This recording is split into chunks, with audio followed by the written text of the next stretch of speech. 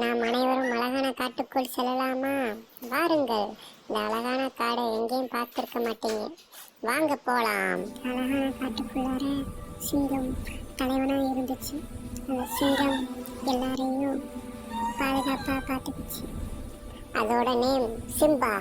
தோர Simba, தோர Simba, Simba Simba, தோர Simba. காட்டுல நல்லா போயிட்டு இருக்கிற நேரத்துல ஒரு ராட்சச மனிதன் வந்தான். இந்த ராட்சச மனிதனை பார்த்து அந்த காட்டுக்குள்ளார எல்லாரும் பயந்தாங்க.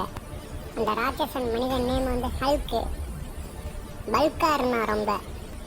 அந்த ராட்சச மனிதன் எல்லாரையும் வேட்டையாட வந்தான். எல்லாருக்கும் என்ன பண்றதுன்னு தெரியாம ஓடுனாங்க. அப்போ நம்மளோட தலைவன் வந்தான். நான் அனைவரையும் பார்த்துக் கொள்கிறேன் என்று கர்ஜித்து தாயின் ஒருவனாக ராட்சச மனிதரிடமிருந்து அந்த மானை காப்பாற்றினான்.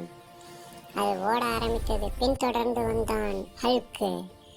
பிடிக்க வந்தான். என் நாட்டு மக்களையும் யாரையும் ஒன்றும் பண்ணிட முடியாது என்று சொன்னான்.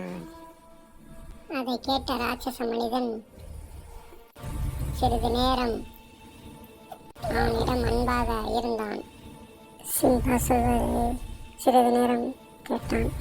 ஹல்கை பார்த்து சிம்பா சொன்னான், உண்மையான பலம் என்பது சண்டையிடுவதற்கல்ல, அன்பாக பாதுகாப்பதுதான். அன்பாக எல்லாரும் ஒற்றுமையாக இருக்க வேண்டும். அதை கேட்ட ஹல்க் அமைதியாக வெளியே போய்விட்டது.